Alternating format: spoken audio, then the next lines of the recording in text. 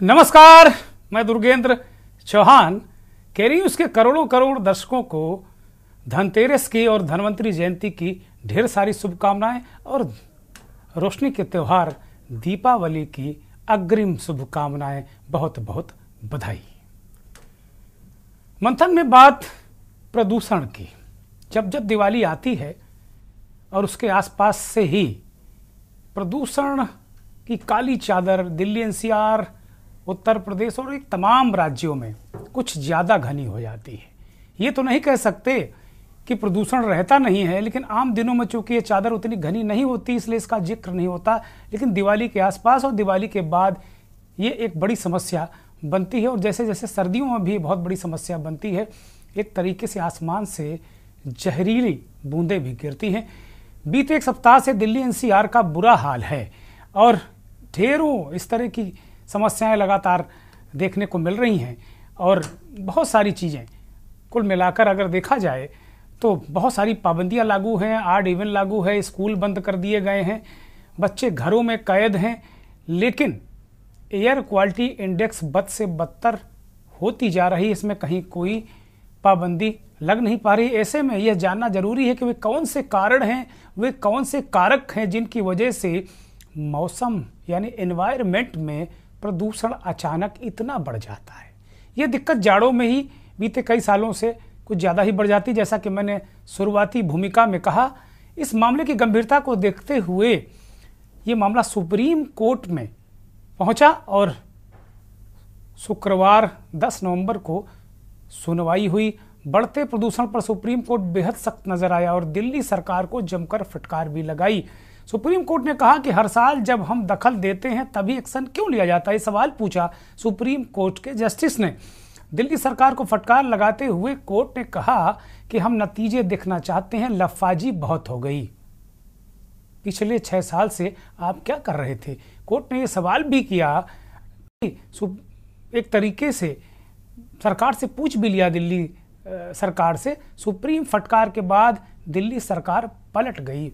दिल्ली सरकार ने odd even के फैसले को वापस ले लिया है। ये अपने आप में एक ये बड़ा घटनाक्रम है।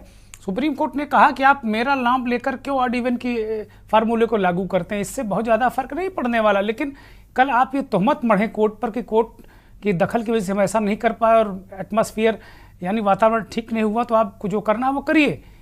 कोर्ट की फटकार के बाद दिल्ली के पर्यावरण मंत्री गोपाल राय ने ये एक निर्णय लिया और अब 13 नवंबर से ऑड इवन दिल्ली में लागू नहीं होगा। लेकिन इन सब के बीच सवाल है कि क्या प्रदूषण सिर्फ दिल्ली तक सीमित है, एनसीआर तक सीमित है?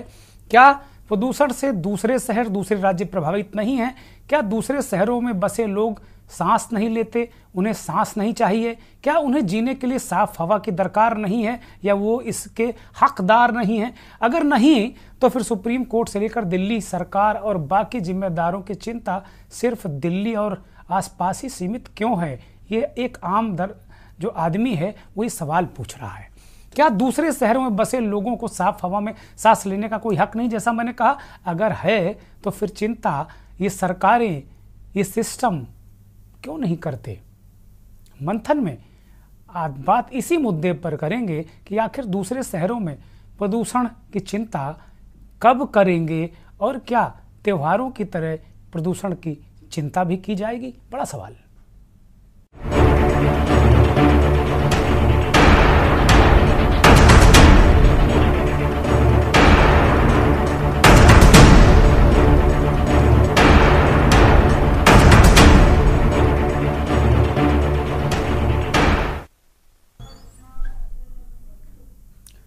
तो यही सवाल है कि भाई हर साल जाड़ों में ही क्यों इसे बढ़ जाता है? और क्या त्योहारों की तरह होली दिवाली जैसे हमारे वार्षिक त्यौहार हैं, बड़े प्रमुख त्यौहार हैं, तो उन त्योहारों की तरह क्या प्रदूषण की चिंता की जाएगी? हर साल दिवाली के आसपास, दिवाली के बाद, दिवाली से पहले ये मसला सुप्रीम कोर्ट जाता है, कोर्ट लगातार डायरेक्शन देता है, पूरे साल कान में लकड़ी डालकर ये सरकारें बैठ जाती हैं।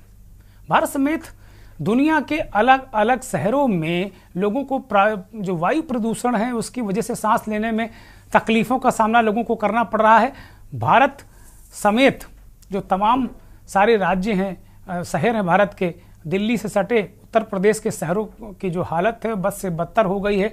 मेरठ, गाजियाबाद, नोएडा, आसपास बुलंदशहर, इन इलाकों में, कानपुर जो एक हार्ट ऑफ सिटी है, मतलब एक तरीके से कहें हार्ट ऑफ स्टेट है, वहाँ भी कभी कोई चिंता नहीं करते। अगर देखा जाए तो लगातार कई दिनों से उत्तर प्रदेश के कानपुर, लखनऊ समेत तमाम जगह धुंध जैसी छाई हुई है। लोगों को लग रहा है कि क्या कोहरा पड़ने लगा, लेकिन जी नहीं, ये कोहरा नहीं है, ये हवा बेहद जहरीली है। पंजाब, हरियाणा ये की वजह से ये शुरू से पराली को लेकर ये आरोप लगते रहे कि पराली जलाने के कारण ये बढ़ता है, लेकिन सिर्फ पराली इसका कारण नहीं है, सिर्फ वाहन इसका कारण नहीं है। मौसम में जब मौसम में नमी बढ़ती है, सर्दी बढ़ती है, तो ये जो प्रदूषण है, जो एक तरीके से प्रदूषण के कण हैं, ये घुमड़ते रहते हैं वायुमंडल में, वातावरण में घुमड़ते रहते हैं। इस वजह से तकलीफ ज़्यादा हो जाती है, ये ऊपर नहीं जा पाते, क्योंकि ये सर्दियों में भारी हो जाते हैं। जो वायु दाब है वो एक तरीके से ज़्यादा रहता है, इस वजह से ये प्रदूषण ऊंचाई तक जो ये कण हैं, जिसे हम पार्टिकुलेट मैटर कहते हैं, ये नहीं हो पाते हैं। और दुनिया में के जो सबसे 10 प्रदूषित शहरों की लिस्ट में दिल्ली पहले स्थान पर है। ये जानकर आप चौंकिए नहीं, दिल्ली पहले स्थान पर, हमारी राजधानी दिल्ली दुनिया के सबसे प्रदूषित शहरों में भी टॉप कर गया है। खुश होते रहे ये राजनेता, लोगों को मरने पर दुनिया की बातें हो रही हैं, चुनाव जीतने की बातें हो रही हैं, आरक्षण की बातें हो रही हैं, दुनिया जहां की बातें कर रहे हैं। ऐसा लग रहा है कि गरीबों के हिमायती ये नेता ही हैं, इनसे बड़ा तो कोई है ही नहीं, और चुनाव के बाद ये भूल जाते। लेकिन साफ हवा और साफ पानी तक ये नहीं दे पा रहे हैं। बड़ी बड़ी बातें, ऐसा लग रहा है कि बिल्कुल अन्नपूर्णा, मां अन्नपूर्णा के अवतार में नेता आ गए हैं सब ये। लेकिन साफ पानी कब देंगे, अच्छा स्वास्थ्य कब देंगे? 5 शहर भारतीय हैं, लेकिन इन दिनों जो प्रदूषण का मसला है उसमें दिल्ली टॉप पर, और 5 शहर भारत के हैं। लेकिन जो उत्तर प्रदेश के शहर नोएडा, गाजियाबाद में लगातार प्रदूषण बढ़ रहा है। देश के 33 सबसे प्रदूषित शहरों में 7 यूपी के हैं। ये भी एक गजब आंकड़ा है। यूपी की सरकार जुम्बिश तक नहीं लेती, चर्चा नहीं होती यूपी में प्रदूषण की। प्रदूषण एक मुद्दा ही नहीं है। यहाँ तो सबसे बड़ा मुद्दा दिख रहा है कि भाई इस समय पूरे देश को पता है कि राम मंदिर बन रहा है, इससे बड़ा मुद्दा ही नहीं है कोई। ठीक है, आस्था का प्रश्न है, करोड़ों करोड़ लोगों की आस्था का प्रश्न है, लेकिन इसके अलावा जब आप जिएंगे नहीं तो आस्था क्या करेंगे भाई? जब जी ही नहीं पाएंगे, मर जाएंगे, फेफड़े उड़ जाएंगे, आस्था का क्या करेंगे फिर? लेकिन आज शुक्रवार को सिर्फ दिल्ली में प्रदूषण को लेकर सुप्रीम कोर्ट में जो याचिका दाखिल हुई तो उस पर सुनवाई हुई। मैं इसके लिए दोषी पत्रकारिता, मीडिया, इनको मैं सबसे बड़ा दोषी मानता हूं, क्योंकि इनके लिए मुद्दा ही नहीं होता है। इनके लिए मुद्दा है कि भाई राहुल गांधी ने तेलंगाना में मुसलमानों के लिए 4000 करोड़ का पैकेज दे दिया, इस पर चर्चा करो। कोई सुपारी पत्रकारिता कर रहा है, कोई कह रहा है कि भाई इससे तो अब 2024 की जंग जीत लेंगे। पानी की बात करेगा कोई? साफ हवा की बात करेगा कोई? किसकी जिम्मेदारी है? अगर इस सरकारें, इस सिस्टम नाकारा हो जाए और वो बातें कोर्ट तक ना पहुंच पाए। याद पड़ता है आपको क्या कि कोई उत्तर प्रदेश से किसी ने कोई याचिका दाखिल की, जनहित याचिका? मुर्दा हो गए हैं हम लोग, मर गए हैं हम। त्योहार के दिन मैं कैसी बातें कर रहा हूं, लेकिन मैं बहुत कुपित हूं अंदर तक इन स्थितियों को लेकर, आहत हूं, चोटिल हूं। सुप्रीम कोर्ट ने दिल्ली सरकार को भी फटकार लगाई है। बाकी राज्यों की तो कोई चर्चा ना हुई है, ना मुझे लगता है कि कोई होना है। यहाँ की सरकारें भी यूपी की भाषा में कहते हैं चियाई मार के बैठे हुए हैं, यानी सांस भी, चिहुक भी नहीं रहे, सांस भी नहीं ले रहे हैं। यूपी के कई जिलों में हवा में प्रदूषण बढ़ रहा है, जिसकी शुरुआत अक्टूबर महीने के आखिर से हो गई थी। ये हालत तब है जब अभी से ठीक से सर्दियों की शुरुआत भी नहीं हो पाई है, और अभी से हवा में धूल के कण और धुआं बढ़ने लगा है। ऐसे में आने वाले दिनों में हवा और भी ज़्यादा खराब हो सकती है। हवा खराब है, कहते हैं ना कि गुरु हवा खराब हो गई। हवा खराब है, हवा खराब एक मुहावरा है, लेकिन वास्तव में हवा खराब हो गई है। हवा में प्रदूषण का स्तर जो AQI है वो 400 के पार है, यानी बेहद गंभीर स्थिति में है। गाजियाबाद का लोनी शहर सबसे ज़्यादा प्रदूषित इलाकों में है, जो NCR का है, जहाँ AQI 490 दर्ज किया गया और पार्टिकुलेट मैटर 2.5 के स्तर तक पहुंच गया है। नोएडा, ग्रेटर नोएडा का भी यही हाल है, जहां एक तरीके से उत्तर प्रदेश में जरूर है, लेकिन ये अपने आप में एक अलग तरीके का शहर है। एक दुनिया, भारत की बहुत सारी इकोनॉमी, बहुत सारे सिस्टम यहाँ से चलते हैं। चारों तरफ स्मॉग की चादर, जहरीली चादर छाई हुई, जिससे सांस लेने में मुश्किलें हैं। सांस लेने में मुश्किलें हैं, त्वचा में खुजली हो रही है, विजिबिलिटी महज 600 मीटर के आसपास ही बची है। उत्तर प्रदेश का हृदय कानपुर बद से बदतर है, वो उसके फेफड़े फूल रहे हैं, लेकिन इसकी कोई चर्चा नहीं कर रहा है। लोगों को सांस लेने में तकलीफ, गले में संक्रमण, खांसी की भी शिकायतें आ रही हैं। त्यौहार का मौसम है, जो लोग बाजार निकल रहे हैं वो निश्चित तौर पर कुछ ना कुछ लेकर आ रहे हैं, प्राप्त करके आ रहे हैं, प्रदूषण जनित कोई न कोई समस्या लेकर आ रहे हैं। प्रदूषण से लोग त्राहिमाम कर रहे हैं। तो कुल मिलाकर अब लोग ही त्राहिमाम करेंगे, ये सरकारें कब त्राहिमाम करेंगी? ये क्यों नहीं सिस्टम के आगे, सिस्टम को नहीं ठीक करती? और मैं कोर्ट से भी अनुरोध करूंगा कि न्यूज के सम्मानित मंच से, सुप्रीम कोर्ट से, हाई कोर्ट से, कि स्वतः संज्ञान ले लीजिए। हम आपसे प्रार्थना करते हैं, हम नागरिक होने के नाते, इस देश के, उत्तर प्रदेश के नागरिक होने के नाते इस बात की हम गुजारिश करते हैं, इल्तजा है हमारी कि आप ही ले लीजिए हुजूर। नहीं, ये तो सुनने वाले नहीं रहे, कैसे काम चलेगा? जो नई बच्चे हैं, छोटे छोटे बच्चे हैं, उनका क्या होगा? उनके फेफड़े बचपन में ही इतना प्रदूषण फेफड़ों में घुस जाएगा तो क्या होगा? कहां है एनजीटी? ये एनजीटी नाम का प्राणी है कहां? दिल्ली में तो 10वीं और 12वीं, छठी से लेकर 11वीं 12वीं सब तमाम स्कूलों को वर्क फ्रॉम होम कर दिया गया है। 10 तारीख तक, 13 तारीख तक वैसे भी छुट्टी है, उसके बाद देखते क्या होता है। तो इनका जिम्मेदार कौन है? सीखते रहिए, चिल्लाते रहिए। जब तक मीडिया का विमर्श, ये मुद्दे नहीं बनेंगे, मुझे नहीं लगता, सरकारों की चमड़ी इतनी मोटी हो गई है कि ये सुनने वाले नहीं है। मुझे ऐसा लगता है ये सिस्टम नहीं बनाएंगे। भाई, पराली की समस्या का अब तक हल क्यों नहीं हुआ? हर बार जब अरविंद केजरीवाल दिल्ली के मुख्यमंत्री हैं, जब पंजाब में कांग्रेस की सरकार थी तो पंजाब के मत थे, अब आपकी सरकार है, आप क्या कर रहे हैं भाई? समस्या का हल क्या है? कहां से लाएंगे?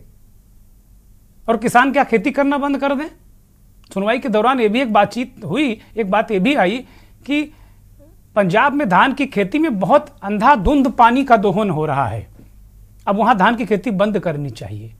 अब इसका क्या विकल्प किसी ने खोजा है कि पंजाब की जो मुख्य उपज धान है, वहां की आमदनी धान है, चावल है, निर्यात है, अगर यही बंद कर देंगे तो क्या करेंगे? वो कह रहे हैं कि पराली, अगर धान की खेती बंद हो तो पराली की समस्या भी कम हो जाएगी। ये अजीब अजीब तरीके के तर्क कोर्ट में भी दिए गए, बहुत सारी बातें की गई। दिल्ली के पर्यावरण मंत्री गोपाल राय ने कुछ फरमाया है, उसको सुनिए। कल रात से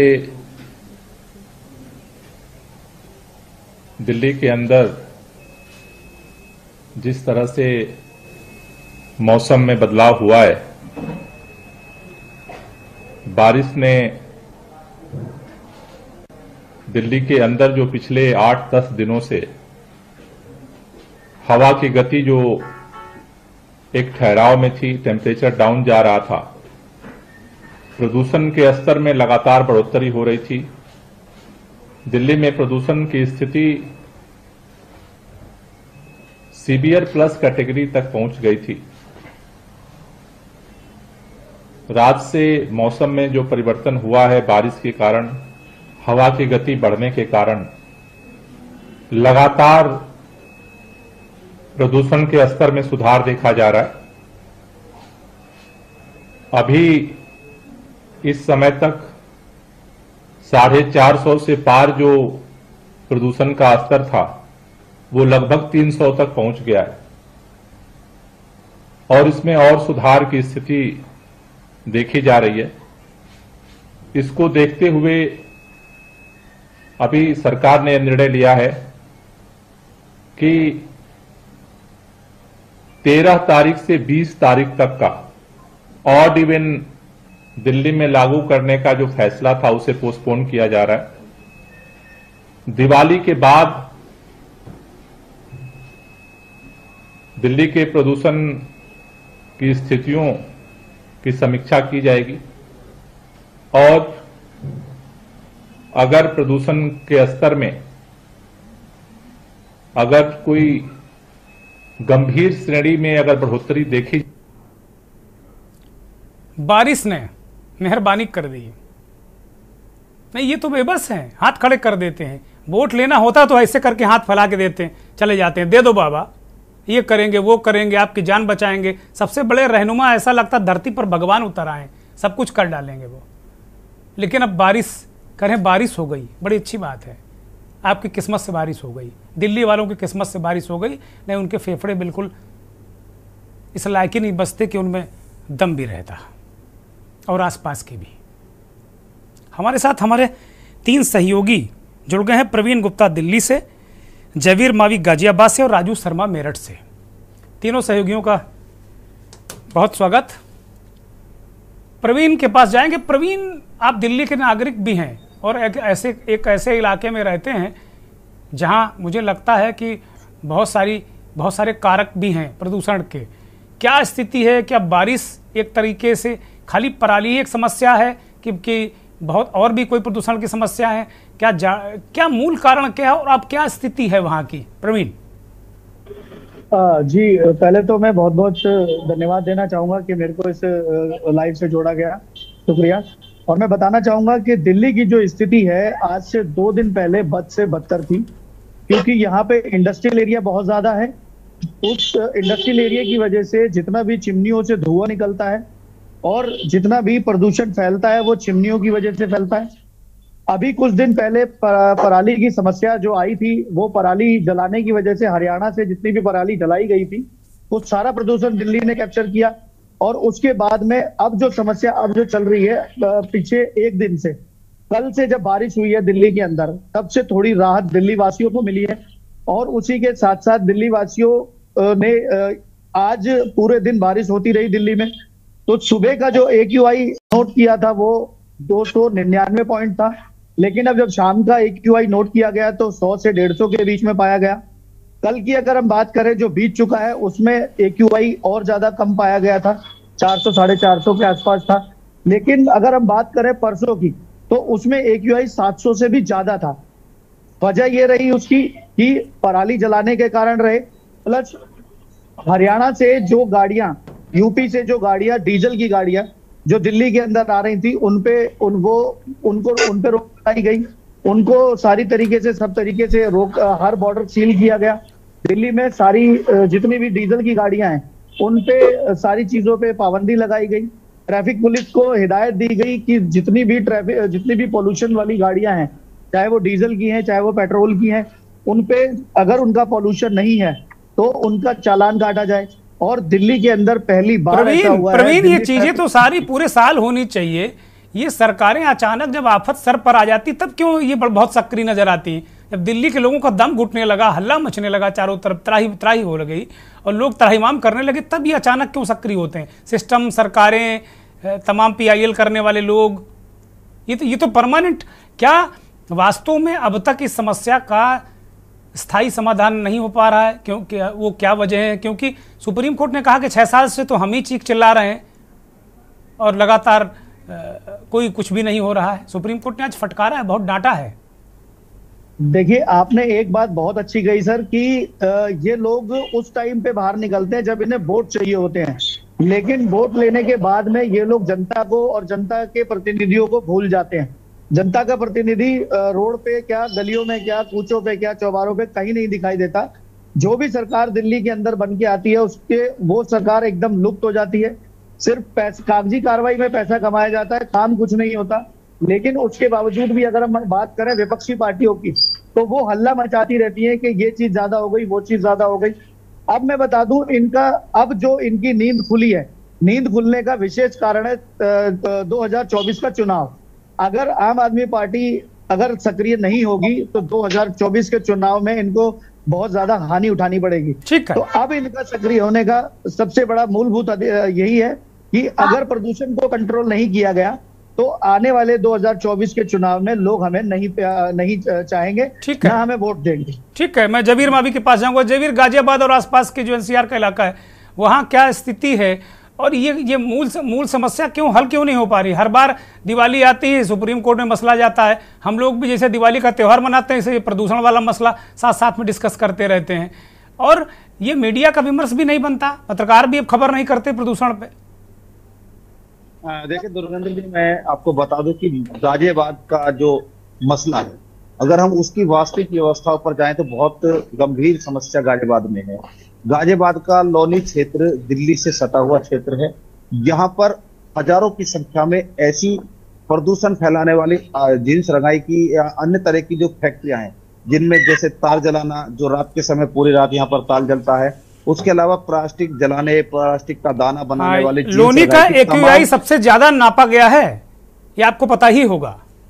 जी जी, मैं वही बताना चाह रहा हूँ कि जो तमाम ऐसी अवैध इकाइयां यहाँ पर काम करती हैं, वहां पर सबसे बड़ी समस्या है कि जो प्रशासन था, अगर मैं बात करूं तो 2017 के बाद यहाँ पर कोई ध्वस्तीकरण की कार्रवाई गाजियाबाद के लोनी में नहीं हुई। 17 से पहले लगातार रोज यहाँ पर जो अवैध फैक्ट्रियां थी उनके खिलाफ कार्रवाई होती थी। एनजीटी की बात करें, प्रदूषण कंट्रोल बोर्ड की बात करें, तमाम बोर्ड यहाँ पर आज भी काम कर रहे हैं। लेकिन अभी अगर सूत्रों राजनीतिक संरक्षण भी है क्या, जैसा आप इशारा कर रहे हैं, राजनीतिक संरक्षण भी है क्या? जी जी बिल्कुल, मैं खुले मन से कह सकता हूं कि राजनीतिक संरक्षण ही एक मेन कारण है। यदि हम जैसा कोई पत्रकार यहाँ पर जो खबर करता है ऐसी अवैध इकाइयों की या इन चीजों की, चाहे वो भूमाफिया हो, अवैध प्लाटिंग हो, अवैध कॉलोनी हो, यदि हम उनके खिलाफ खबर चलाते हैं तो मेरे खिलाफ भी खुद अब तक 8 शिकायतें फर्जी आई हैं। जो शिकायत जांच में, पुलिस की जांच में फर्जी पाई गई, और उनके कुछ दलाल पिट्ठू, जो पत्रकार, मैं उन्हें कहूंगा, पत्रकार नहीं कह सकता, वो ऐसे लोग हैं कि उन्हीं खबरों को वायरल करने वाले वही लोग होते हैं। हर बार शिकायतकर्ता बदल जाता है, लेकिन उनका जो वायरल करने वाले जो यूट्यूबर या छोटे कहेंगे वो वही होते हैं। पुलिस भी इन मामलों में, क्योंकि राजनीतिक दबाव पुलिस पर ज्यादा होता है, तो कुछ कार्रवाई उन लोगों के खिलाफ नहीं करती है जो ऐसी झूठी शिकायतें देते हैं। तमाम ऐसे कारण है। मैं आपको बता दूं, अभी जो जानकारी मिली है, लोनी का रूपनगर एरिया है जहां पर कई सैकड़ों फैक्ट्रियां जो औद्योगिक क्षेत्र के रूप में विकसित है, लेकिन वहां पर जो फैक्ट्रियां हैं, वहां पर एक फैक्ट्री से 10,000 रुपए की उगाही हर महीने होती है। और वो कहाँ जाती है वो उगाही, और वो फैक्ट्रियां अवैध हैं, वही प्रदूषण फैला रही सर्वाधिक। क्या ये कहना चाह रहे हैं जयवीर? बिल्कुल यही कहना चाहता हूं कि जो अभी तो एक बहाना है जो दीपावली का या पराली का, मैं इसे बिल्कुल यहाँ पर कारण नहीं मानता। मेरा कहना है कि यहाँ पर लगातार अवैध फैक्ट्रियां काम करती हैं इस समय, क्योंकि कई कारण, दीपावली पर प्रोडक्ट ज्यादा बनते हैं, उत्पाद की क्षमता, फैक्ट्रियां रात दिन चलती हैं, तो कहीं ना कहीं ये फैक्ट्री एक बहुत बड़ा कारण इस एनसीआर के प्रदूषण को, वातावरण को खराब करने का। उसके अलावा जो सड़कें हैं, सड़कों पर जब हम देखते हैं तो डिवाइडर के पास सड़क के दोनों तरफ मिट्टी के ढेर लगे हुए, यानी कि उस मिट्टी को उठाने वाला कोई नहीं। लोनी में एक मशीन ली गई थी जो उस धूल को उठाकर ले जाती, वहां से करोड़ों रुपए की जो मशीन है वो जर खाकर खराब हो चुकी है। लेकिन फिर मैं वही कहूंगा कि जो यहाँ पर शिकायत करेगा या खबर चलाएगा, उसके खिलाफ फर्जी शिकायतों का अंबार, यानी कि केवल राजनीतिक दबाव बनाने के लिए वो शिकायतें दी जाती है, जिससे कि वो पत्रकार दबाव में रहे और उनके विरोध में खबर न चला पाए। तो बहुत सारे ऐसे कारण हैं जिनके कारणों से यहाँ पर प्रदूषण लगातार बढ़ रहा है। ठीक है जयवीर, जयवीर रुक रहा हूँ आपको। मैं राजू शर्मा के पास जाऊंगा। राजू शर्मा, मेरठ भी काफी इफेक्टेड है, प्रभावित है, वहां की मूल चीजें क्या है, कारण क्या है? हाँ बिल्कुल, देखिए सर, मेरठ भी इससे अछूता नहीं है। प्रदूषण का जो लगातार स्तर बढ़ रहा है, या जहरीली हवा हम इसे कह सकते हैं, क्योंकि इससे कहीं ना कहीं जो लोग हैं वो प्रभावित हो रहे हैं। उनकी सांसों पर समस्या बन रही है, सांस की समस्या हो रही है, साथ ही गले में खराश की समस्या हो रही है, और अन्य जो बीमारी है, चाहे हृदय रोग की बीमारी हो, अन्य तमाम जो बीमारी है वो निकलकर सामने आ रही है। खुद मेरठ के जो तमाम अधिकारी है वो इस बात को दबी जुबान कहते हुए नजर आ रहे हैं कि हाँ, प्रदूषण का स्तर जो है लगातार बढ़ रहा है, और इससे जो मरीजों का जो राजू एक्शन क्यों नहीं हो पा रहा, इसके कारण जो इसका जड़ है उस पर चोट क्यों नहीं हो पा रही राजू, ये सवाल है बड़ा। हाँ बिल्कुल, देखिए सर, एक्शन क्यों नहीं हो पा रहा है ये बड़ा सवाल तो है, लेकिन एक्शन करे कौन, ये भी बड़ा सवाल है। क्योंकि जिम्मेदार जो अधिकारी है वो अपने ऑफिसों से निकलने को तैयार नहीं होते। समय समय पर अभियान बेशक चलाते हैं, बड़े बड़े दावे करते हैं कि अब जो है यातायात माह चलेगा, क्योंकि नवंबर में यातायात माह की शुरुआत होती है। बड़े दावे करे जाते हैं, चेकिंग की जा रही है, जगह जगह चालान किए जा रहे हैं, लेकिन हकीकत में जो कार्रवाई होनी चाहिए जमीन पर वो कार्रवाई नहीं हो पाती। मामूली जो गरीब तबके के जो लोग हैं उनके चालान करके इति श्री कर दी जाती है। जो बड़े बड़े डग्गा माहर वाहन बड़ी संख्या में सड़कों पर दौड़ते हैं, उन्हें अनदेखा कर दिया जाता है, जबकि हकीकत में प्रदूषण वही डग्गा मार वाहन फैलाते हैं, उन पर ही बड़ी कार्रवाई की जानी चाहिए, लेकिन उन्हें देखकर भी अनदेखा किया जाता है। इसकी एक बड़ी वजह ये भी है, और सभी जानते हैं कि कहीं ना कहीं रिश्वतखोरी जो है वो भारी नजर आ रही है। सर बहुत शुक्रिया राजू शर्मा, जयवीर मावी और प्रवीण गुप्ता, तीनों साथियों का बहुत बहुत शुक्रिया, बहुत बहुत धन्यवाद।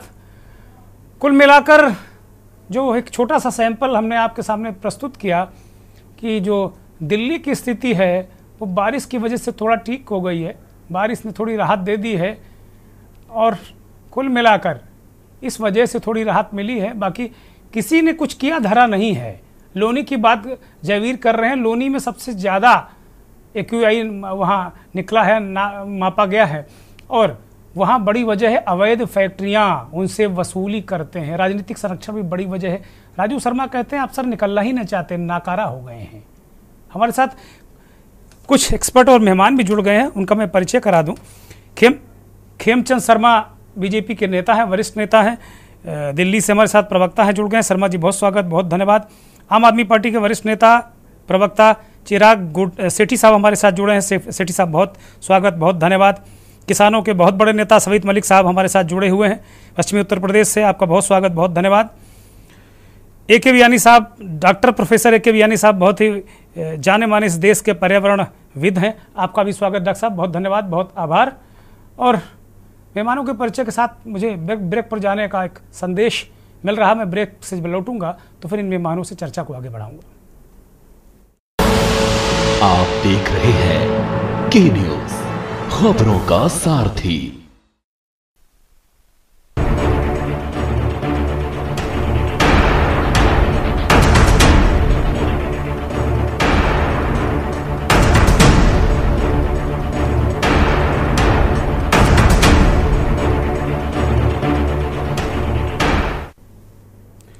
ब्रेक से वापस आ गए हैं और सभी मेहमानों का एक बार फिर से स्वागत और धनतेरस और भगवान धन्वंतरी जयंती की ढेर सारी शुभकामनाएं सभी हमारे सम्मानित मेहमानों को। और सीधे रुख प्रोफेसर डॉक्टर AK वियानी की तरफ करेंगे, पर्यावरणविद, इस देश के जाने माने पर्यावरणविद देहरादून से हमारे साथ जुड़े हैं।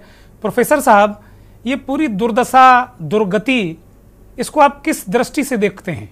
एक प्रारंभिक टिप्पणी आपकी। हाँ, देखिए, ये जो समस्या है ये बहुत ही गंभीर समस्या है और इसका मूल कारण तो ये कि हवा का नहीं चलना या बारिश नहीं होना है। ना हवा हम चला सकते हैं, ना बारिश हम करा सकते हैं। बारिश कराने के बहुत सारे एक्सपेरिमेंट हुए हैं दुनिया में, पर कहीं पे उन पर सफलता मिली और कहीं पे नहीं मिली है। और जहाँ पे भी सफलता मिली है वो बहुत सीमित क्षेत्र में मिली, बहुत बड़े क्षेत्र में नहीं मिली है। अब आर्टिफिशियल रेन या जिसको क्लाउड सीडिंग बोलते हैं, अगर वो कराते हैं तो ऐसा नहीं कि वो सिर्फ बारिश ही करा देगी, उसके साथ साथ आपके पर्यावरण पे भी उसका प्रभाव पड़ता है। अगर सिल्वर आयोडाइड जिसको हम यूज़ करते हैं क्लाउड सीडिंग के लिए, आजकल बड़ा पॉपुलर है, तो उसके पर्यावरण पे भी प्रभाव पड़ते हैं और वो सिल्वर टॉक्सिसिटी को भी जनरेट करता है। इसके अलावा दूसरे जो केमिकल्स भी यूज़ करे जाते हैं, पोटेशियम आयोडाइड है या दूसरे अन्य केमिकल्स हैं, कार्बन डाइऑक्साइड है, फ्रोजन कार्बन डाइऑक्साइड जिसको हम ड्राई आइस बोलते हैं जी, इनका भी यूज होता है, लिक्विड प्रोपेन का भी यूज होता है। तो कहीं ना कहीं इन सब चीज़ों का पर्यावरण पर असर पड़ता है। और जहाँ तक बारिश कराने की बात है, बारिश सिर्फ बहुत कम मात्रा में होती है और उसका टेम्पररी सॉल्यूशन है। अब जहाँ तक हवा चलेगी तो अपना आप ये प्रदूषण कम हो जाएगा, परंतु हवा नहीं चल रही तो इसके बारे में अगर हम ऐसा करें कि बहुत बड़े एयर कंप्रेशन जगह जगह लगाएं और उनसे तेज हवा को प्रभावित करें तो शायद उससे संभावना है कि हमारा प्रदूषण कम हो जाएगा।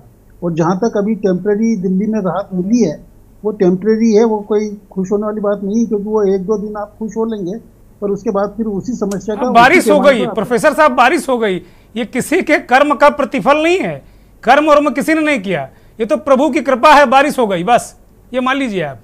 चाहिए वो जिस तरह से क्रेडिट ले रहे हैं पर्यावरण सुधारने की, तो उनको कोई पुरस्कार की रिकमेंडेशन होनी चाहिए कि वो बारिश करा दी इसलिए पर्यावरण सुधर गया इसलिए आप खुश रहो, ये कोई बात नहीं है।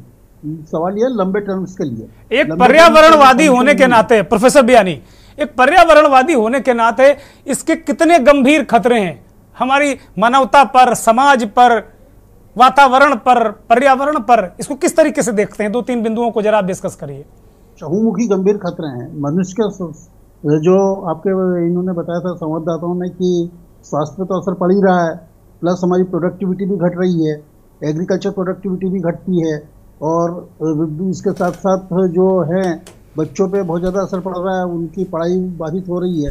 तो अगर हम महीनों तक स्कूल बंद कर दें या लंबे टाइम तक स्कूल बंद कर दें तो कहीं ना कहीं इससे बच्चों के स्वास्थ्य पर भी और उनकी पढ़ाई पर भी भारी नुकसान पहुंचेगा। ऑनलाइन पढ़ाई जरूर हो सकती है पर वो कोई बहुत ज़्यादा सक्सेसफुल नहीं है, क्योंकि मेरा अनुभव यही रहा है कि ऑनलाइन को उतने सीरियसली नहीं लिया जाता है। घर में बच्चे पढ़ते हैं, नहीं पढ़ते, ध्यान नहीं देते, पर स्कूल की जो पढ़ाई है वो या कॉलेज की जो पढ़ाई है उसका ऑनलाइन सब्स्टिट्यूट नहीं हो सकता है। ठीक है। और इसके साथ साथ इकोनॉमी पे भी बहुत प्रभाव पड़ता है कि इकोनॉमी पे एक तो प्रोडक्शन कम हो जाता है क्योंकि विजिबिलिटी कम हो जाती है, तो आप लाइट ज़्यादा जलाते हैं, वो भी खर्चे हैं। दुनिया भर के इसके प्रभाव में कोई एक सिंगल प्रभाव नहीं कि सिर्फ स्वास्थ्य पर प्रभाव पड़ रहा है। निश्चित तौर पर बहुत सारे दुष्प्रभाव हैं, जैसा प्रोफेसर बयानी कह रहे हैं कि बहुत ज्यादा दुष्प्रभाव हैं, लेकिन सीधे सीधे आरोप इस पर लगता है कि पराली, प्रारंभिक टिप्पणी में किसान नेता चौधरी सबित मलिक के पास जाऊंगा और निवेदन के साथ में कि चूंकि और भी हमारे साथ मेहमान जुड़ गए हैं तो थोड़ा प्रारंभिक तौर पर छोटा छोटा रखेंगे, उसके बाद अगले चरण में हम आएंगे। पंजाब से हमारे साथ बहुत ही वरिष्ठ पत्रकार PS मेहता साहब जुड़ गए हैं। मेहता साहब बहुत स्वागत, बहुत धन्यवाद, बहुत आभार आपका के न्यूज़ को वक्त देने के लिए। चौधरी साहब आपके पास आ रहा हूँ। यही होता है कि भाई किसान, ये जो प्रदूषण का कारण किसान है। चौधरी सबित मलिक। ऐसा है दुर्गेश जी, सबसे पहले आपको नमस्कार और पूरे देश को आज बधाई। हमारी जो त्योहारों की श्रृंखला चल रही है इसके लिए शुभकामनाएं। मैं आपको बताना चाहता हूं कि किसान का रोल एक सीमित है, वो अपनी फसल उगाता है और देश को खाद्यान्न उपलब्ध कराता है, लेकिन उसके ऊपर जितने आरोप लगाए जाते हैं, कोई भी आरोप लगा लेता है लेकिन कोई प्रूफ नहीं है।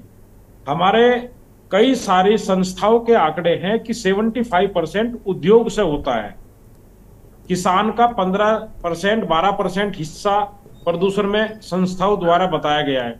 इसके अलावा भी मैं आपको बताना चाहता हूं, मैं अभी पूरे पंजाब में घूम के आया हूं, कोई भी किसान पराली नहीं जला रहा है।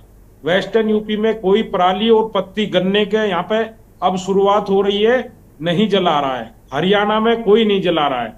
अभी आपके जो पत्रकार थे लोनी के, उन्होंने एक बहुत पॉइंट की बात की थी, अगर उस पर सभी लोग ध्यान देंगे तो वो बहुत महत्वपूर्ण बिंदु था कि जब दिवाली आती है, दिवाली के समय NCR में जो फैक्ट्रियां हैं उनका उत्पादन बढ़ जाता है। अवैध फैक्ट्रियां हैं ज्यादातर, उसमें 80% अवैध हैं। उसकी वजह से ये प्रदूषण बढ़ता है। इसका आरोप टोटल किसान पर लगा दिया जाता है। राजनीतिक पार्टियां उसका लाभ लेने के लिए कभी कोई उसका फायदा उठाता है, कभी कोई उठाता है। ठीक है, लेकिन जब आप मुद्दे पे बात करोगे, अभी यहाँ राजनीतिक पार्टियां आपस में बात करेंगी, वो इसके सोल्यूशन पे बात नहीं करेंगी, प्रदूषण की जड़ पे बात नहीं करेंगी, वो बात करेंगी अपने वोट बैंक पे, अपनी राजनीति। चौधरी साहब, आज सुप्रीम कोर्ट ने भी कह दिया इस बात को, सुप्रीम कोर्ट ने भी कह दिया कि भाई 6 साल से आप रोज रोज लटका बता रहे हो, लल्लू चप्पू कर रहे हो, ये बात, इन शब्दों का प्रयोग किया है और कहा कि भाई आप लोग कुछ कर ही नहीं रहे हो, क्या करें बताओ। जो चारा है, हमारे यहाँ भूसा होता है, जानवर खाते हैं, जो गेहूं का होता है उसका रेट 900 रुपए क्विंटल चल रहा है और पराली का 1100 रुपए क्विंटल है। तो किसान अपना 1100 रुपए क्विंटल का नुकसान क्यों करेगा, क्यों जलाएगा? वो तो उसको चारे में यूज कर रहा, उसको तमाम फैक्ट्रियां गत्ते फैक्ट्री में ले रही हैं।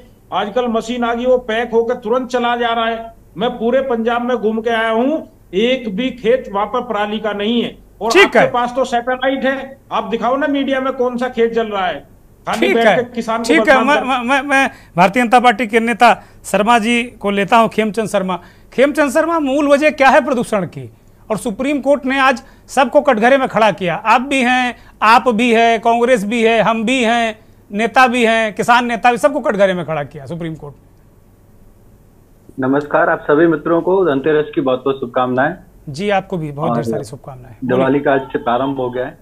देखिए, मैं किसी पे आरोप लगाने से पहले आपको बता दूं कि इसकी एक समस्या नहीं, बहुत कारण है। पराली एक कारण है और जो लोकल चीजें हैं वो भी बहुत बड़े कारण है। वही बात दिल्ली में ही क्यों? पराली की हवा तो सोनीपत पानीपत में भी आती है, पराली की हवा तो आगे जो कुरुक्षेत्र है वहां भी आती है, चंडीगढ़ में भी आती है, और चंडीगढ़ तो सेंटर में है हरियाणा और पंजाब के। तो दिल्ली में इतना प्रदूषण क्यों होता है? तो पराली की हवा आती है, लेकिन पराली की हवा के साथ साथ जो यहाँ पे लोकल प्रदूषण की चीजें हैं वो एड ऑन हो जाती हैं, तो वो एक बहुत बड़ा समस्या बन जाती है, बहुत बड़ा एक आप कह सकते हैं स्वरूप ऐसा ले लेती है कि जिसमें एक 400, 500, 600, 700 हो रहा है, PM2 की मात्रा बढ़ रही है। वो लोकल कारण क्या है? यहाँ पे धूल उड़ती है, यहाँ PWD की रोड पे पहले ग्रीनरी होती थी, आप जाएंगे कहीं भी आपको 80% ग्रीनरी वो डेड मिलेगी। इन्होंने उसको डिवाइडर को चौड़ा कर दिया, पिछले साल ही किया था, और उसमें मिट्टी डलवा दी, ग्रीनरी है नहीं, मिट्टी पड़ी हुई है, मिट्टी उड़ती रहती है। यहाँ पे कचरा जल रहा है, खुले में जल रहा है, टायर खुले में जलते हैं, यहाँ पे आज भी ईंधन जलता है, वो एड ऑन कर रहा है। DTC ICU में है, DTC के पास 10 से 11 हजार। अरे खेमचंद जी, जो अभी मीडिया वाले बता रहे थे, आपकी सरकार है, लोनी में आपकी सरकार है, गाजियाबाद में नहीं। अभी चौधरी साहब जरा शर्मा जी को बोलने दीजिए, फिर हम लोग अब आएंगे, उस राउंड में भी आ रहे हैं, बोलने दीजिए, प्रारंभिक बोलने दीजिए। मैंने आपको छुआ ही नहीं। तो दिल्ली में DTC ICU में, अगर DTC ICU में ना हो, जिस तरीके से मोदी जी ने लगभग 500 के आसपास इलेक्ट्रिक बस दी हैं, ये 5-10 हजार बस खरीद लें तो लोग प्राइवेट व्हीकल की वजह DTC में जाएंगे। आज जाते ना लोग मेट्रो में, मेट्रो के एक स्टेशन पे गाड़ी खड़ी कर देते हैं और दूसरे स्टेशन पे फिर वहां से कोई व्हीकल लेके जाते हैं। लोग नहीं जाते, जहाँ पे मेट्रो की व्यवस्था है वहां पे लोग नहीं जाते अपनी गाड़ी से। लेकिन DTC ICU में है। इन्होंने तो बोला था, 9 साल पहले बोला था कि दिल्ली को हम बदल देंगे, DTC को बदल देंगे, 15,000 बस खरीदेंगे। एक नई बस नहीं खरीदी, एक नई, मात्र 3700 बस हैं, खटारा बस हैं, जगह जगह खड़ी रहती हैं, खराब खड़ी रहती हैं, जो प्रदूषण में एड ऑन करती हैं, कोई फायदा नहीं करती। अब दूसरा सवाल आता है, केंद्र ने क्या किया? अच्छा सवाल है, केंद्र की भी जिम्मेदारी है। Eastern western peripheral express way किसने बनवाया? केंद्र ने बनवाया, ताकि जो हैवी व्हीकल्स, जो बड़े बड़े ट्रक दिल्ली में आते थे वो रुक जाएं, और उससे विजिबली फायदा हुआ। दिल्ली में ITO पे जो जाम लगता था उसकी समस्या को खत्म करने के लिए अंडरपास बनाया गया, उसकी वजह से फायदा हुआ पूरे एरिया को। धौला कुआं पे जाम लगता था, वहां पे फ्लाईओवर बनवाया। NTPC का बड़ा प्लांट है जो हम साउथ दिल्ली में देखते हैं, उस प्लांट को बायोडाइवर्सिटी पार्क के नाम से डेवलप किया जा रहा है, ताकि दिल्ली वालों को ग्रीनरी मिल सके, कुछ ऐसा एरिया मिल सके जहाँ पे वो जाके अपना घूम फिर सके। ये कौन कर रहा है? केंद्र कर रही है। तो केंद्र अपना काम कर रही है, और केंद्र ने दिल्ली को चारों ओर तेजी से एक्सप्रेसवे से कनेक्ट किया है, ताकि दिल्ली में जो व्हीकल का एक बन जाता है यहाँ पे, वो टूट जाए और तेजी से दूसरी जगह कनेक्टिविटी हो। अब मेरठ के लिए रैपिड मेट्रो का काम किसने किया है? केंद्र ने किया है। मेट्रो का एक्सपेंशन किसने किया है? केंद्र ने किया। लेकिन जब तक फिर गवर्नमेंट अपना काम नहीं करेंगी, तब तक दिल्ली की समस्या हल करना बहुत मुश्किल है। ठीक है शर्मा जी, मैं अब बहुत सारे सवाल, बहुत सारे मुद्दे आपने उठा दिए, और केंद्र ने बहुत सारा काम किया भी है, जैसा आप बता रहे हैं। मैं सेठी साहब के पास जाऊंगा। चिराग सेठी साहब, घूम फिरकर इन्होंने आपको कटघरे में खड़ा कर दिया है। सुप्रीम कोर्ट ने भी कहा कि आप लोगों ने कोई काम नहीं किया है। भारतीय जनता पार्टी तो पहले ही कह रही कि आपने कुछ काम नहीं किया, DTC को बता रहे हैं ICU में है, पता नहीं क्या क्या बहुत सारी बातें शर्मा जी ने कही हैं। मुझे लगता है कि जवाबदेही आपकी बनती है सेठी साहब। बिल्कुल दुर्गेंद्र जी, और मुझे तो लगता है हापुड़ और गाजियाबाद और जो आपने रिपोर्ट दिखाई, वहां भी आम आदमी पार्टी की वजह से ही पोल्यूशन बढ़ रहा है। हमारा को तो ऐसे ही लग रहा है, क्योंकि शर्मा जी के हिसाब से तो शायद दिल्ली की बस वहां तक भी जा रही है। आज कहीं ना कहीं शर्मा जी इस बात को एक्सेप्ट नहीं करेंगे कि ये सेंटर का फेलियर है। हमारे मंत्री जी ने खत लिखा, बोला सेंटर को कि आप 5 सरकारों को बिठाइए, हम मिलकर बात करना चाहते हैं। सुप्रीम कोर्ट ने ये बोला कि आप 5 सरकार को बिठाइए, सेंटर का मिनिस्टर साहब बैठे। भूपेंद्र यादव जी बिजी हैं मध्य प्रदेश के चुनाव में। अब वो कहाँ निकाल के दिल्ली की जनता, हरियाणा की जनता के पास आकर उनसे बोलेंगे कि देखिए पोल्यूशन का ये इलाज है? वो नहीं करने वाले। अभी उनका जो सारा एम है वो मामा जी को चुनाव जिताने में है, तो ऐसा कुछ होने नहीं वाला। अब आप बात करेंगे दिल्ली में क्या काम हुआ, दिल्ली का ग्रीन कवर क्यों बढ़ गया, दिल्ली में 16% इलेक्ट्रिक व्हीकल्स कैसे बढ़ गए हैं, दिल्ली की जितनी इंडस्ट्री है वो सारी PNG पे कैसे बदल कर आ गई है, इस सब पर खेमचंद शर्मा जी बात नहीं करेंगे। सोल्यूशन पर हम बात नहीं करेंगे, हम बात सिर्फ करेंगे आरोप प्रत्यारोप पर। अगर ये दिल्ली का प्रॉब्लम होता तो क्यों आगरा में ताजमहल नहीं दिखता कुछ दूरी से? अगर ये दिल्ली का प्रॉब्लम होता तो कानपुर में, लखनऊ में क्यों AQI खराब होता? क्योंकि ये पूरे उत्तर भारत की प्रॉब्लम है। आज ये सिर्फ दिल्ली तक सीमित नहीं रह गया। आज भाजपा को भी, आज सेंट्रल गवर्नमेंट को भी अपनी आंखें खोलकर देखना पड़ेगा कि जब तक आप सारे मिलकर काम नहीं करेंगे। मैं आपसे पहले एक और डिबेट में था, वहां पर टेरी की एक एक्सपर्ट थी जिनका कहना था कि जब तक आप ट्रकिंग की व्यवस्था को ठीक नहीं करेंगे तब तक आप कुछ नहीं कर सकते। क्या दिल्ली से सारे ट्रक चलते हैं? आप मुझे बताइए, क्या दिल्ली में ही सारे ट्रक रहते हैं? दिल्ली का तो अपना एक बहुत छोटा शहर है ट्रक का, पर तमिलनाडु से भी ट्रक आ रहे हैं, उड़ीसा से भी ट्रक आ रहे हैं, और आपका कर्नाटका से भी ट्रक आ रहे हैं। आप क्या दिल्ली में रहकर उनको बंद कर सकते हैं? कल हमारे मंत्री सब रोड पर थे, सारे टोल पर खड़े होकर, ठीक है, वो रोक नहीं पा रहे हैं। मैं शर्मा जी मौका दूंगा आपको, बोलिए सेठी साहब कंप्लीट करिए जी। टोल पर ट्रक रुक नहीं रहे हैं, बात सुनी नहीं जा रही है, किसी ना किसी तरीके से ट्रक जो है अंदर आए जा रहे हैं। देखिए, हम एक सीमित तरीके से काम कर सकते हैं, हम दिल्ली की बात कर सकते हैं। सफर का डेटा बोलता है 31% जो पोल्यूशन है वो दिल्ली का अपना है, बाकी जो है वो आसपास के शहरों का, आसपास की जो स्टेट्स है, राज्य है, उनका पोल्यूशन आता है। तो आप बताइए, हम दीवार नहीं खड़ी कर सकते, हमें मिलकर काम करना पड़ेगा। बट आज कहीं ना कहीं सेठी साहब, पराली को लेकर आप लोग कहते थे पहले, जब तक आपकी वहां सरकार नहीं थी, अब क्या पराली जलना बंद हो गया पूरी तरीके से, जैसा कि किसान नेता कह रहे हैं? क्या वहां से कोई प्रदूषण नहीं हो रहा? आपने सारी चीजें रोक दी वहां, क्या सेठी साहब? 50% कमी है, और ये अभी डेटा है, कल ही डेटा आया है, 50% कम हुआ। मैं ये नहीं बोल रहा कि बिल्कुल जीरो हो गया। भगवंत मान जी ने भी ये बात क्लियर बोली है कि हमें अभी और काम करने की जरूरत है, पर कहीं ना कहीं 50% पराली जो है वो जलना कम हुआ है। ठीक है, आज ये डेटा है, पर हमें समझने की जरूरत है, अकेले हम नहीं कर सकते। सुप्रीम कोर्ट ने बोला आपको मोटा अनाज और देखना पड़ेगा, आप सिर्फ धान के भरोसे नहीं बैठ सकते, आपको MSP पे बात करनी पड़ेगी। पर ये सरकार इस पे बात नहीं करेगी, ये सरकार यहां से भाग जाएगी, ये बोलेंगे नहीं हमें इस पे बात नहीं करनी है, क्योंकि ये आपको फंसाकर भागना चाहते हैं। आप मुझे बताइए कि हरियाणा का किसान क्या, पंजाब का किसान धान तभी छोड़ेगा ना जब उसको एक और ऐसी क्रॉप मिलेगी। हाँ, ये बात सुप्रीम कोर्ट ने आज कही है। मैं मेहता साहब को चर्चा में लेता हूँ। शर्मा जी, आऊंगा आपके पास, आप जवाब देना चाहते हैं दे लीजिएगा। मैं चूंकि मेहता साहब बहुत ही वरिष्ठ पत्रकार हैं, पंजाब और हरियाणा इन राज्यों में बहुत काम किया है। मेहता साहब, जो सेठी साहब कह रहे हैं, जो शर्मा जी कह रहे हैं, इनको आप किस तरह देखते हैं वहाँ ग्राउंड जीरो पर? आप पंजाब में हैं और पंजाब को, हरियाणा को जो ये समस्या है वर्षों से आप देख रहे हैं, क्या जो ये कह रहे हैं कि भाई वैकल्पिक कोई फसल की व्यवस्था की जाए, धान की वजह से, पराली की वजह से सारी समस्या है, क्या स्थिति, क्या परिस्थिति? मेहता साहब। सबसे पहले सभी साथियों को नमस्कार। नमस्कार। जो पंजाब में स्थिति इस समय चल रही है, पहले से सुधार हुआ है। पराली को जलाने को लेकर जो पहले मामले आए थे, अब तक से लेकर तो लास्ट ईयर से 26,583 मामले आए थे पराली को जलाने पूरे पंजाब में आज तक जी, जो अब पहले से कम हुए हैं। जो 14,173 मामले अब तक दर्ज हुए हैं। जो पराली जलाने का जो किसानों में पहले से जागरूकता आई है, कि किसानों ने पराली जलाने का काम पहले से कम कर दिया है। हाँ, कुछ जगह में पराली जला रहे हैं लोग, वहाँ बात क्या है, भी किसान जो जथेबंदी हैं वो जाती हैं वहाँ पे फील्ड में और जलाती हैं। और पीछे जो बठिंडा में एक मामला आया था, बठिंडा में अधिकारी गए थे खेतों में पराली जलाने वालों को रोकने के लिए, तो वहाँ पे किसानों ने उस अधिकारियों को बंदी बनाकर उनसे पराली जलवाई, जिसको लेकर सरकार ने उनके खिलाफ मामला भी दर्ज किया था। देखिए सवित मलिक साहब, इस तरह की भी हो रही है, आप कह रहे हैं कि नहीं नहीं नहीं नहीं। सवित मलिक साहब। चौहान जी, मैं अभी बठिंडा भी गया था, फिरोजपुर भी गया था, अबोर भी गया था। मैंने वहां तमाम जगह पर किसानों को पराली को इकट्ठा करके उनके, मैं किसानों को बिल्कुल विलेन नहीं मानता, ना मेरी चर्चा में किसान विलेन है, ना मैं मान सकता हूं, क्योंकि हम सब किसानों के दम पर ही हैं। जी, मैं बोला हूं पहले से भाई कोई उनको विकल्प मिलना चाहिए। मेहता साहब, कोई उनको वैकल्पिक व्यवस्था होनी चाहिए। जैसे कहा कि धान की खेती से बड़ी दिक्कत है, तो भाई कोई विकल्प दो, उतना पैसा हो उससे निकाले। वरिष्ठ पत्रकार हैं, इनसे पूछिए कि आप वहां पर बंडल बने बने खेतों में मिलेंगे कि नहीं मिलते आपको? आपकी बात बिल्कुल सही है, बंडल मिल रहे हैं, लोगों ने पहले किसान को उसका पैसा मिल रहा है, तो किसान अपना नुकसान क्यों करेगा? किसान को तो उसका पैसा मिल रहा है, अब तो किसान की आमदनी उससे कुछ ना कुछ बढ़ी है।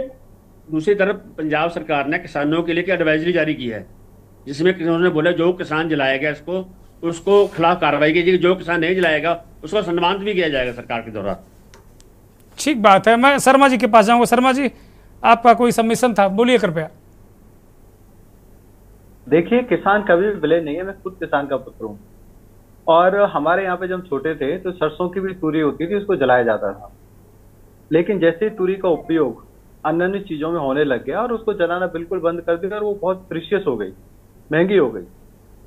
तो वैसे ही अगर किसान को प्रॉपर सपोर्ट दी जाए, अगर मशीन प्रोवाइड की जाए, क्योंकि उसको रोल बनाने के लिए मशीन चाहिए, हाथ से रोल नहीं बनाया जाता। हाथ से जो धान कटता है उसको जलाने की जरूरत नहीं होती, वो नीचे से कटता है और उसकी पराली भी यूज हो सकती है या फिर ऐसी जगह रखी जा सकती है। महंगा बिकता शर्मा जी, जिस बचपन की आप बात कर रहे हैं उस बचपन में हमने भी देखा, छप्पर छाने के लिए उसका उपयोग किया जाता था, टट्टर बनाए जाते थे उसके, वो महंगा बिकता था। जी जी, प्रॉब्लम यहाँ पे ये है कि पंजाब सरकार ने बड़ी बड़ी बातें की लेकिन सपोर्ट कुछ नहीं दिया।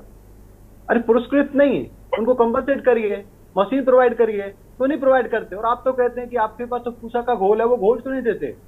आपके पास पंजाब में सरकार भी है, घोल भी है, घोल बांटने के लिए पैसे भी हैं, तो नहीं देते? उसका खाद बनवा दो।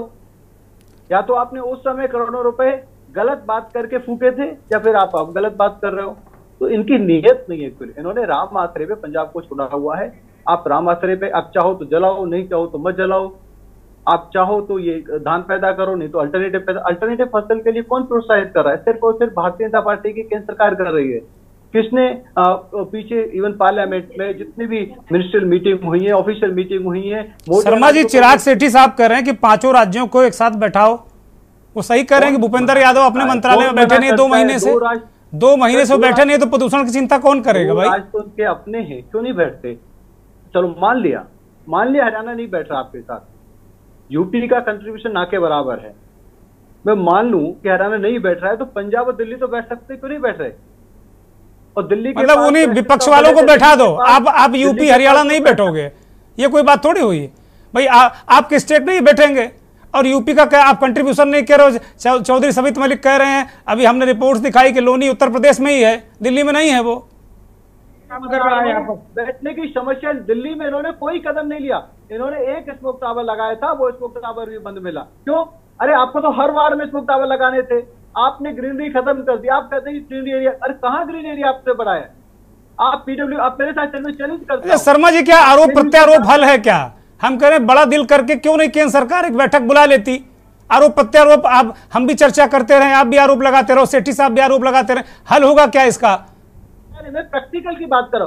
अगर आम आदमी पार्टी की सरकार इलेक्ट्रिक बस खरीद ले, जो मिट्टी उड़ रही है उसकी ग्रीनरी को सही कर रहे और क्लीनिंग के काम को बेटर कर, आप अर्बन मिशन के तहत आप ही दे दो कुछ बसे उनको। आपको उनकी बहानेबाजी की पोल खोलता हूँ, ये कहते हैं ट्रक, अरे एमसीडी आपके पास है, अर्बन मिशन के तहत उनको बसे दे दो भाई। पूरे देश में बांट रहे हो आप लोग, अरविंद केजरीवाल को बसें नहीं दोगे क्या आप?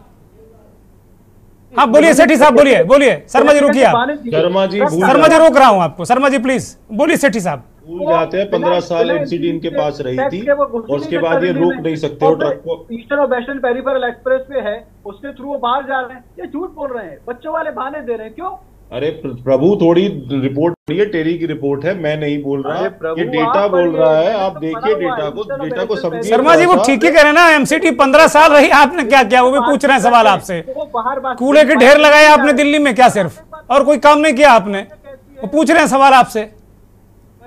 बिना एमसीडी के टोल भरे ट्रक दिल्ली में घुस सकता है? अब बताएं, घुस सकता है तो क्या बंद कर दे सर? बताइए, जितने ट्रक आ रहे हैं सब बंद कर दे दिल्ली में, कि दिल्ली में कोई ट्रक नहीं घुसेगा। ये दिल्ली की सरकार की पावर है।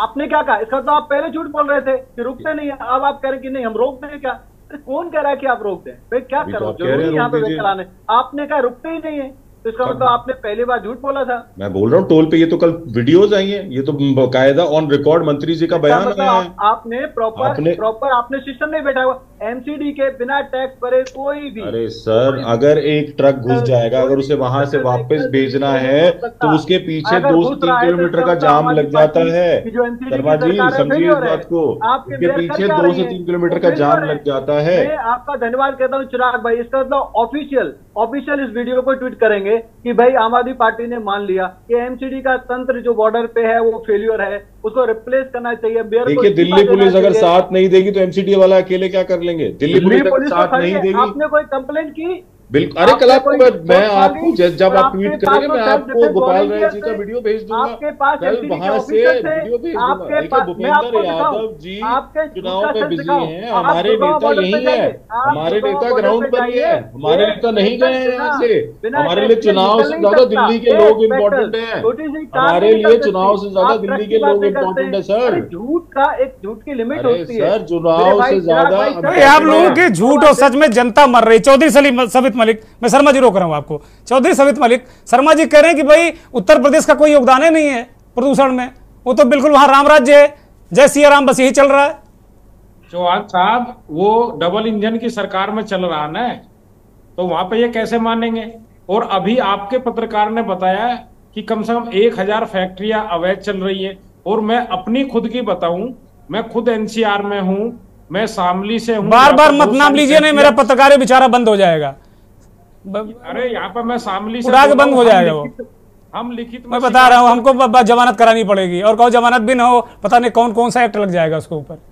चौहान साहब, मैं खुद बता रहा, मैं शामली से हूं, जो दिल्ली से कुल 80 किलोमीटर है। एनसीआर में हम लोग आते हैं और हम लगातार एनजीटी को लिखते हैं कि यहाँ यमुना जी में अवैध खनन हो रहा है, यहाँ पर फैक्ट्रियों में टायर जलाए जा रहे हैं, यहाँ पर कार्बन हो रहा है, यहाँ पर 10-10, 12-12 गांव में कैंसर हो रहा है, क्योंकि मीट फैक्ट्री है और नीचे पूरा प्रदूषित पानी डाल रही है। ना कोई डीएम सुनता, ना कोई एनजीटी सुनती, ना उत्तर प्रदेश सरकार सुनती। अगर शर्मा जी में कोई दम हो, मैं इनको बताऊं, आपको ट्वीट कर दे, लेटर लिख दे, अगर कुछ करा सको, मैं चैलेंज करता हूं चैनल पर, कुछ नहीं करा सकते हो। शर्मा जी अपनी बहस करते हैं, शर्मा जी कोई नहीं करते। चौधरी साहब, शर्मा जी कुछ कहना चाह रहे हैं, कभी किसी पर लगाएंगे और जाके सो जाएंगे। चौधरी साहब, शर्मा जी कुछ कह रहे हैं। शर्मा जी बड़े दमदार नेता हैं, आपने उनको चुनौती दे दी है, वो कुछ करके मानेंगे। बोलिए शर्मा जी। नहीं, हमारे किसान भाई ने हमारे चौधरी साहब ने किसान का एक तोला पहना हुआ है, तो मैं किसान के नाते तो कुछ नहीं कहूंगा, लेकिन चौधरी साहब आप तो खुद में वहां पे दमदार व्यक्ति हैं। अगर आप नहीं करा सकते तो सिस्टम को आपने रिपोर्ट। अरे भैया, हम तो किसान हैं, आप तो सरकार के नुमाइंदे बन के यहाँ बैठे हैं, आपको अपना चोला। अरे शर्मा जी गजब है, मतलब जो शिकायत करे उसी से कह दो कि तुम इंस्पेक्टर बन जाओ, ऐसे कैसे होगा भाई? कहते हैं हम डबल इंजन की सरकार चला रहे हो, करने में जीरो है। अभी उत्तर प्रदेश के गन्ना किसान की हालत है। अच्छा, सारी दुनिया झूठ बोल रही है, खाली बीजेपी वाले सच बोल रहे हैं शर्मा जी। बस आपने रिटर्न में कंप्लेंट कितने टाइम दिया, आप मेरे को बताएं, उस पे एक्शन नहीं हुआ हो। आप दोनों लोग फोन पर बात कर लीजिएगा, मैं आपको मंच मुहैया करा दूंगा, दोनों लोगों को आपस में नंबर शेयर करा दूंगा, बात कर लीजिएगा। अगली बार फिर मैं दोनों को बुलाऊंगा यहाँ पे और हकीकत की पोल खोलूंगा, ये ध्यान रखिएगा। मुख्यमंत्री के नाम डीएम को ज्ञापन देते हैं। आप मेरे को रिटर्न कंप्लेंट की एक ट्रेस दो कि आपने 4 बार कंप्लेंट की, आपने रिमाइंडर दिया, उस पर कोई एक्शन नहीं हुआ। मैं पिछले 3 साल से लगातार मुख्यमंत्री के नाम ज्ञापन दे रहे हैं, लगातार ज्ञापन दे रहे हैं मुख्यमंत्री के नाम।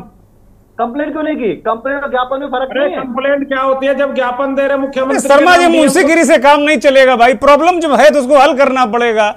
कोई कचहरी थोड़ी चला रहे हैं हम, तहसील थोड़े के पता नहीं ये छोटे मुंशी जी को दिया कि नहीं, बड़े मुंशी जी को दिया कि नहीं, ऐसा थोड़ी होता भाई। अगर कंप्लेंट किया, अगर वास्तव में किसी से भी फोन भी कर दिया, कंप्लेंट का क्या मतलब होता है?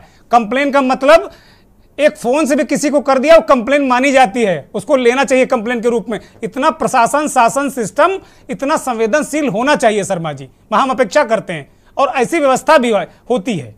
कंप्लेंट का मतलब ही, एफआईआर का मतलब खाली लिख के रुक्का नहीं देना होता है। अगर मुंह से बोल दिया और कोई भी बोल दे, वो एफआईआर होती है, कंप्लेंट भी इसी तरह होती है। अरे शर्मा जी, 1 मिनट और सुन लीजिए। कराएंगे भी तो अपने कंपटीटर के खिलाफ कराएंगे, क्योंकि वहाँ बहुत सारे लोग सेम काम करते हैं। अगर सुन लो भाई, एफआईआर कराओ और उसके बाद आप डीएम ऑफिस में जाओ, फिर मुख्यमंत्री जी। एफआईआर कौन लिखता है भाई? एक एफआईआर लिखा के दिखा दो आप, कौन लिखता है एफआईआर? जरा चौधरी साहब, शर्मा जी का नंबर ले लीजिएगा हमारे यहाँ से, और जरा आपस में बात कर लीजिएगा, मसला सुलटा लीजिएगा। हम जब त्योहार के बाद आएंगे तो फिर बुलाएंगे आप लोगों को, मसला सुलटा कि नहीं सुलटा, क्योंकि मैं प्रदूषण को अब छोड़ूंगा नहीं। हमारे लिए राजनीति इंपॉर्टेंट नहीं है, हमारे लिए जीवन इंपॉर्टेंट है। और शर्मा जी नहीं आएंगे, वर्मा जी नहीं आएंगे, बीजेपी से कोई नहीं आएगा, तो मैं अकेले इस मुद्दे को रखूंगा जनता के सामने, जनता फैसला करेगी। मैं एक अंतिम टिप्पणी मैं लूंगा, एक छोटी सी टिप्पणी आम आदमी पार्टी के नेता को लूंगा कि भाई बातें बनाने से आपका भी काम नहीं चलेगा सेठी साहब, कुछ ना कुछ ठोस करना पड़ेगा। यहाँ पर जो ये लगातार वादा करते हैं कि 14 दिन में भुगतान करेंगे, 338 करोड़ बकाया है शामली शुगर मिल पे, मैंने लिखित में FIR की है। चलिए कोई अब उस पर चर्चा कर लेंगे, उस पर चर्चा कर लेंगे। एक चिराग सेठी का एक छोटा सा टिप्पणी, उसके बाद कार्यक्रम खत्म करेंगे चूंकि टाइम ओवर हो चुका। चिराग सेठी, केवल बातें बनाने से काम नहीं चलेगा, जिम्मेदारी आपकी भी, सरकार चला रहे हैं 2 स्टेट में आप भी। दुर्गेंद्र जी, बिल्कुल हमारी जिम्मेदारी है और हमारे मंत्री इन चीजों से भागते नहीं है। हमने पूरे विंटर हो, समर एक्शन प्लान हो, सब पे काम किया है, चाहे वो इलेक्ट्रॉनिक व्हीकल पॉलिसी हो, चाहे वो ग्रीन कवर की बात हो, चाहे वो लास्ट माइल कनेक्टिविटी की बात हो, चाहे दिल्ली में 71,000 ई रिक्शा की बात हो। हम काम कर रहे हैं और हम आगे भी काम करते रहेंगे। बस हम ये कह रहे हैं कि इसमें सेंटर का भी रोल होना चाहिए, सेंटर अपनी जिम्मेदारी से भाग नहीं सकता। ठीक है प्रोफेसर बियानी, एक छोटी सी अंतिम टिप्पणी आपकी। प्रोफेसर बियानी, ठीक है, अब शर्मा जी अगली बार फिर मिलेंगे जल्दी, अब मेरे पास वक्त नहीं, प्लीज। सबके व्यूज सुना है और काफी चीजें निकल के आई। एक तो ये है कि जो भ्रष्टाचार है इस पे कहीं ना कहीं अंकुश लगना चाहिए, तभी पर्यावरण की समस्या का हल होगा। जिस तरह से उन्होंने बताया आपके संवाददाताओं ने कि इसमें हर फैक्ट्री से 10,000 रुपये महीना जाता है, ये वास्तव में चिंताजनक विषय है। और ये सब हमारे आम आदमी के लिए नहीं बल्कि जो हमारे राजनेता बैठे हैं इसमें उन सब के लिए गंभीर विषय है। और साथ ही साथ ये कहूँगा कि धीरे धीरे हम डीजल और पेट्रोल को छोड़ के इलेक्ट्रिक वाहन पे आएंगे तो निश्चित रूप से पर्यावरण पे असर पड़ेगा। और पॉल्यूशन अगर हमने इंडस्ट्री का रोक लिया तो काफी कुछ तक हद तक। बहुत शुक्रिया प्रोफेसर बियानी, चिराग सेठी, खेमचंद शर्मा, चौधरी सवित मलिक, PS मेहता साहब, बहुत बहुत धन्यवाद, बहुत बहुत आभार। बहुत धन्यवाद उन करोड़ों दर्शकों का जो के-न्यूज़ को देखते हैं, हमारे इस खास कार्यक्रम को, मंथन को देखते हैं। हमारे लिए राजनीति इतना बड़ा मुद्दा नहीं है। हमारे लिए कौन किसके लिए क्या कर रहा है, क्या नहीं कर रहा है, किस नेता ने क्या किया, ये उतना बड़ा मुद्दा नहीं है। हमारे लिए मुद्दा पर्यावरण है, हमारे लिए मुद्दा स्वास्थ्य है, हमारे लिए मुद्दा आम आदमी है। हम इसकी लड़ाई लड़ते रहेंगे, लड़ते रहे हैं। बहुत बहुत धन्यवाद, नमस्कार।